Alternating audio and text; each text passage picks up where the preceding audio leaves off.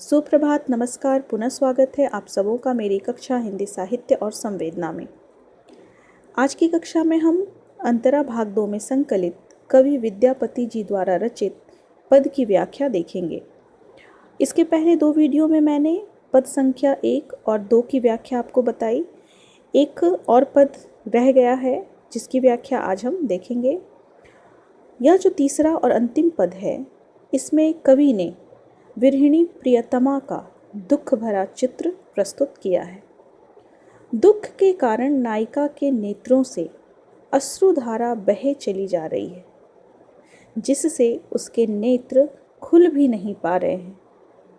वह विरह के कारण क्षण क्षण इतनी क्षीर्ण होती जा रही है, इतनी दुबली होती जा रही है कि जिसका अतिशय चित्रण कवि विद्यापति ने इस पद में किया है। तो आइए सर्वप्रथम हम पद पढ़ें, तत्पश्चात हम उसकी व्याख्या देखें। कुसुमित कानन हेरि कमल मुखी, मुदी रहिए दुनयान। कोकिल कलरव मधुर धुनि सुनी, कर देई झांपई कान।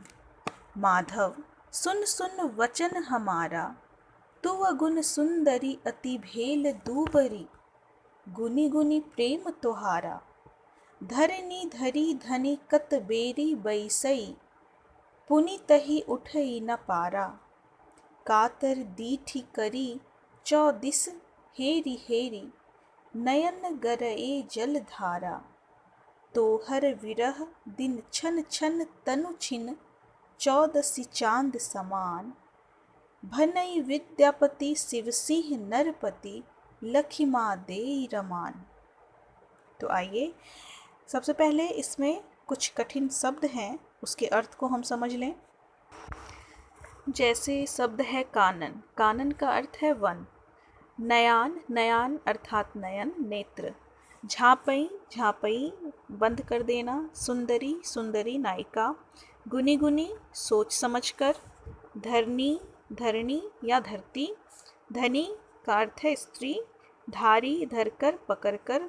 कातर अर्थात दुखी। दिठी अर्थात दृष्टि। हेरी हेरी देख रही है। बैसई बैठ जाती है। चौदसी अर्थात 14वीं या चतुर्दशी। गरई अर्थात गिरना। जलधारा, अश्रुधारा। रमान अर्थात रमन करना। तो आइए अब हम व्याख्या देखें।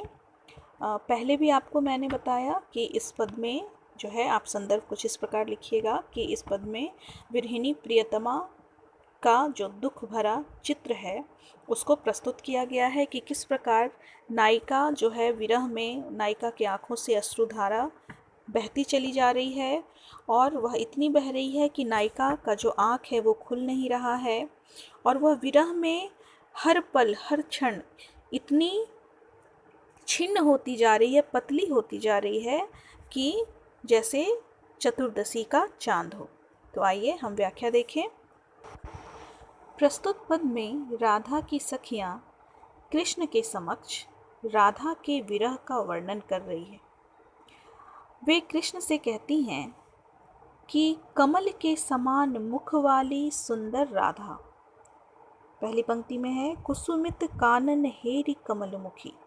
कमल के समान सुंदर मुख वाली जो राधा है, जब अपने खिले हुए, कमल के समान खिले हुए मुख को देखती है तो वह स्वयं अपनी आँखों को बंद कर लेती है।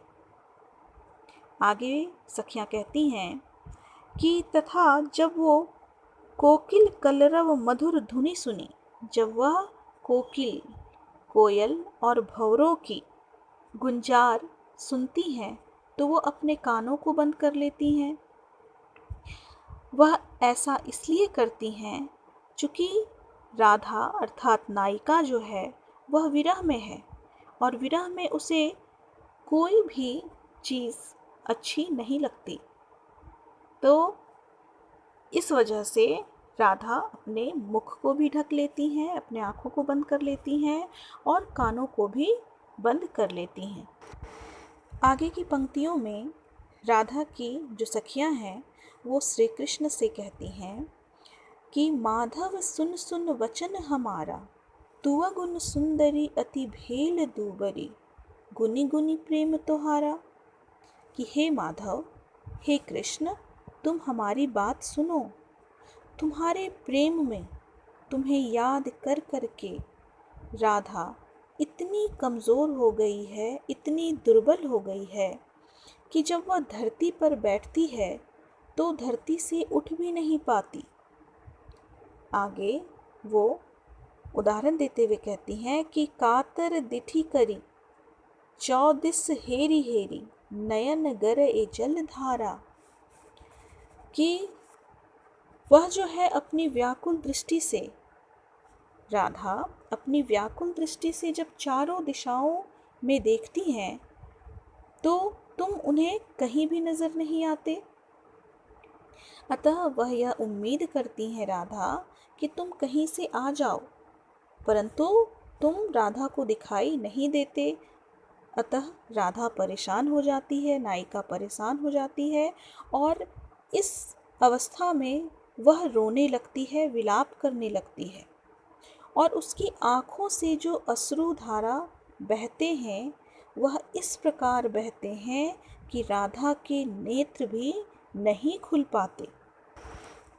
आगे की पंक्तियों में उनकी सखियां कहती हैं कि तोहर विरह दिन छन छन तनु छिन चौदसी चांद समान, कि हे कृष्ण, तुम्हारे विरह में राधा क्षण क्षण बहुत दुर्बल होती जा रही है, कमज़ोर होती जा रही है, पतली होती जा रही है और वह इतनी पतली होती जा रही है जैसे 14वीं या चतुर्दशी का चांद पतला हो जाता है, एक डोरी के समान।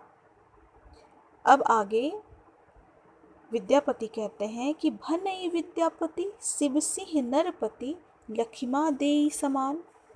अब आगे की पंक्ति में विद्यापति जो हैं, जिनके राज्याश्रित कवि थे, वो जिनके राज दरबार में विद्यापति कविता किया करते थे, उस राज दरबार या उस राज्य के जो राजा थे उनका नाम था शिव सिंह। तो यहाँ पर राजा शिव सिंह के संदर्भ में वो उदाहरण देकर कहते हैं कि शिव सिंह जो हैं वो भी अपनी पत्नी, शिव सिंह की पत्नी का नाम लखिमा देवी है, तो यहाँ विद्यापति उदाहरण देते हैं कि शिव सिंह अपनी पत्नी लखिमा देवी को कभी भी विरह का कष्ट नहीं देते और ना ही देना चाहते हैं। अतः वे अपनी पत्नी के साथ रमन करते हैं। अंतिम पंक्ति में वो कहते हैं कि लखिमा देई रमान, चूंकि राजा शिव सिंह अपनी पत्नी को विरह में नहीं देख सकते, व्याकुलता में नहीं देख सकते, अतः शिव सिंह जो है वो लखिमा देवी के साथ निरंतर रमन करते हैं, अर्थात उनके साथ प्रेम भाव से रहते हैं। यह प्रस्तुत पद की व्याख्या हो गई। अब इसके बाद आप काव्य सौंदर्य में लिखिए कि प्रस्तुत पद की जो भाषा है वो मैथिली है, वियोग श्रृंगार रस प्रधान यह पद है। इसके साथ साथ जो शैली है प्रस्तुत पद की वह चित्रात्मक शैली है तथा इस पद में गुनी गुनी में विप्सा अलंकार है। इसके साथ साथ बहुत सारे जगहों पर अनुप्रास अलंकार भी है। तो मुझे ऐसा लगता है कि आपको पद समझ में आया होगा। धन्यवाद।